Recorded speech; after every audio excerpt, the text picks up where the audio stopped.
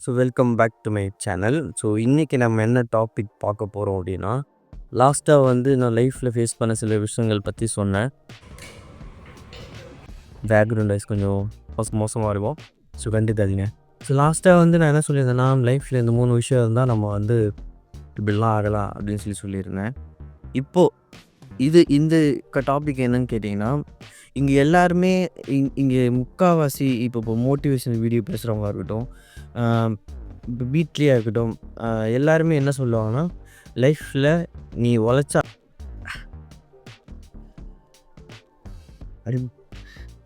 லைஃப்பில் நீ உழைச்சா மட்டும்தான் முன்னேற முடியும் அப்படின்ற மாதிரி ஒரு மித்தை ஆக்கி வச்சுருக்காங்க. இங்கே இங்கே இங்கே யாருமே சரி, நான் பார்த்த வரைக்குமே லைஃப்பில் உழைச்சவன் யாரும்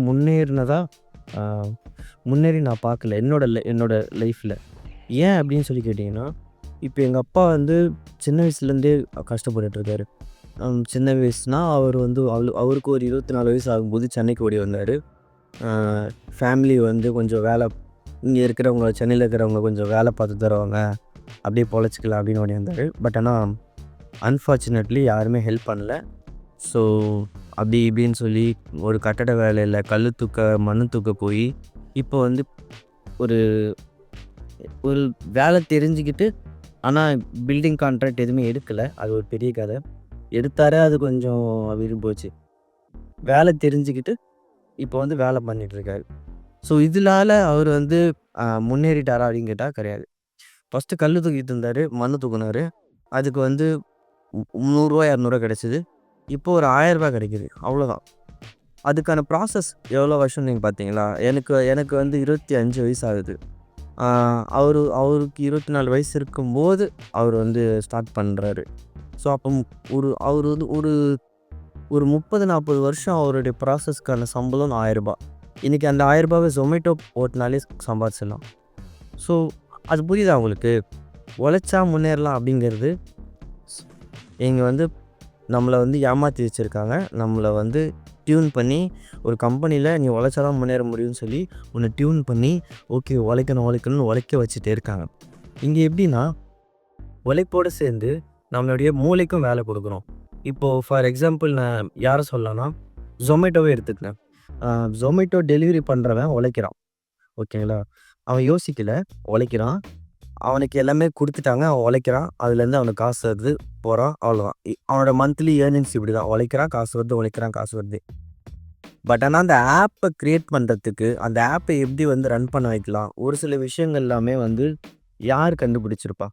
ஜொமேட்டோ அப்படிங்கிற ஒரு நிறுவனத்தை கண்டுபிடிச்சிருக்கான் ஒருத்தன். அவன் அவனுடைய உழைப்பையும் போட்டிருப்பான். இது எப்படி பண்ணலாம், என்ன பண்ணலாம், எங்கே போகலாம், அலைஞ்சிருப்பான். அதுக்காக ரைட்ஸ் வாங்கிறதுக்கு அப்படின்னு அலைஞ்சிருப்பான். அது ஒரு உழைப்பு. ஆனால் அவனுடைய மூளை அன்றைக்கி வேலை செஞ்சதுனால தான் இன்றைக்கி அவன் பில்லியனராக இருக்கான். ஸோ இது ஏன் சொல்கிறேன்னா, இங்கே உழைப்புன்னு சொல்லி இப்போ எல்லாரையுமே ஏமாற்றி வச்சுருக்காங்க. நம்ம மூளைக்கு வேலை கொடுக்கணும். இப்போ நம்ம உழைக்கிறோன்னா, இப்போ நம்ம ஒரு பிஸ்னஸ் பண்ண ட்ரை பண்ணுறோன்னா, ஃபஸ்ட்டு பிரெயினுக்கு ஒர்க்கு கொடுக்கணும்.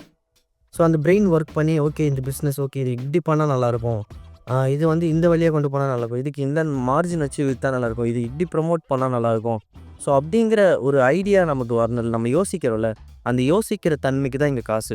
எலான் மாஸ்காக இருக்கட்டும், ஜொமேட்டோ நிறுவனமாக இருக்கட்டும், டாட்டாவாக இருக்கட்டும், அவங்க கண்டுபிடிச்சது. அவங்க நம்மக்கிட்ட செல் பண்ணுறாங்க. அவங்க ஒரு வியாபாரி இருந்தாலும் அதை கண்டுபிடிக்கிறாங்க.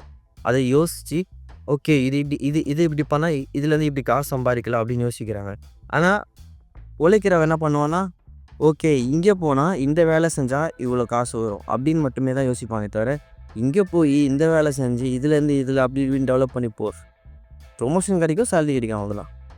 உழைப்போடு சேர்ந்து மூளைக்கும் வேலை கொடுத்தா மட்டும்தான் அவன் மேனேஜராக இருக்க முடியும், அவன் ஓனராக இருக்க முடியும். உழைப்பு மட்டுமே போடுறவன் ஸ்டாஃபாக தான் எப்போவுமே இருப்பான். ஸோ இந்த வீடியோ கண்டிப்பாக உங்களுக்கு புரிஞ்சுருப்பேன்னு நினைக்கிறேன். நான் இதை கண்டிப்பாக இப்போ தான் கற்றுக்கிட்டேன். ஏன்னா நான் க்ளவுட் கிச்சன் வச்சு ரன் பண்ணிகிட்ருக்கேன். அப்போ நான் என்ன யோசிச்சுன்னா, நம்ம எவ்வளோக்கு எவ்வளோ கஷ்டப்படுறோமோ அவ்வளோக்கு எவ்வளோ நம்ம நல்லா இருப்போம் அப்படின்னு சொல்லி யோசிச்சுனே தவிர, அது டெவலப் பண்ணுறதுக்கான சிந்தனைகள் ஃபஸ்ட்டு ஒரு 6 மாதத்துக்கு எனக்கு வரவே இல்லை. ஒருத்தரை பார்த்தேன், ஓகே ஓகே இப்படி இதெல்லாம் இப்படி பண்ணலாமா, ஓகே அப்படின்னு சொல்லிட்டு ஒரு ஒரு ஒரு ஒரு ரூட் போட்டு அப்படியே போக ஆரம்பிச்சிட்டேன். எப்படி டெவலப் பண்ணலாம்? இல்ல இது இப்படிதான் ஆகும். இப்படி வந்து இப்படிலாம் பண்ணணும். அப்படின்ற யோசனை வரல. ஒரு கட்டத்துக்கு அப்புறம் ஃபேமிலி எல்லாத்துக்கும் சொல்லி நான் பிசினஸ் ஸ்டார்ட் பண்ணிட்டேன். இத நான் விட்டுட்டேன்னா, அப்புறம் அவ்வளோதான் என்னோட ஃபேமிலிய வந்து என்ன நினைப்பாங்க அப்படின்ற ஒரு எண்ணத்தில, இது எப்படி டெவலப் பண்ணலாம்? இது நம்ம இன்னும் நெக்ஸ்ட் லெவலுக்கு எப்படி கொண்டு போலாம்? இதுலேருந்து எப்படி காசு வர வைக்கலாம்? அப்படின்ற ஒரு எண்ணங்கள் வர ஆரம்பிக்குது. அப்போ வரும்போது எனக்கு என்னுடைய இன்கம் இன்கிரீஸ் ஆகுது. அத நான் பார்த்தேன். ஒரு 6 மாசம் நான் சும்மா இருந்தேன். எனக்கு ப்ராஃபிட்டே இல்லாம நான் வேலை செஞ்சுருந்தேன். அந்த பிரெயினுக்கு வேலை குடுத்ததுக்கு அப்புறமா, அந்த ப்ராஃபிட் வந்து இன்கிரீஸ் ஆக ஆரம்பிச்சது. ரூ. 10,000 சம்பாதிச்சுட்டு இருந்தேன்னா, ரூ. 25,000 சம்பாதிக்க ஆரம்பிச்சேன் ஒரு மாசத்துக்கு. ப்ராஃபிட் எடுக்க ஆரம்பிச்சேன். ஸோ இத ஏன் சொல்றேன்னா, நம்ம மூளைக்கு முதல்ல வேலை குடுக்கணும்.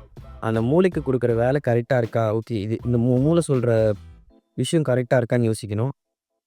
அந்த யோசனைய செயல்பாட்டுக்கு கொண்டு வரணும். அதுக்கான உழைப்பு போடணும். இதுதான் மேட்ரு. ஸோ யாராவது உங்ககிட்ட வந்து உழைச்சா தான் முன்னேற முடியும் அப்படின்னு சொன்னாங்கன்னா, நம்பாதீங்க. உழைப்போட சேர்ந்து உங்களோட அறிவுக்கும் வேலை கொடுத்தா மட்டும் தான் முன்னேற முடியும். ஸோ இது நான் இப்போ மீன்ஸ் ஒரு 1 இயர்க்கு முன்னாடி இத தான் கத்துக்கிட்டேன் நானு. ஸோ எனக்கு சொல்லணும்னு தோணுச்சு. அதனால தான் சொல்லியிருக்கேன். நெக்ஸ்ட் வீடியோல பார்க்கலாம். டாட்டா, பாய் பாய்.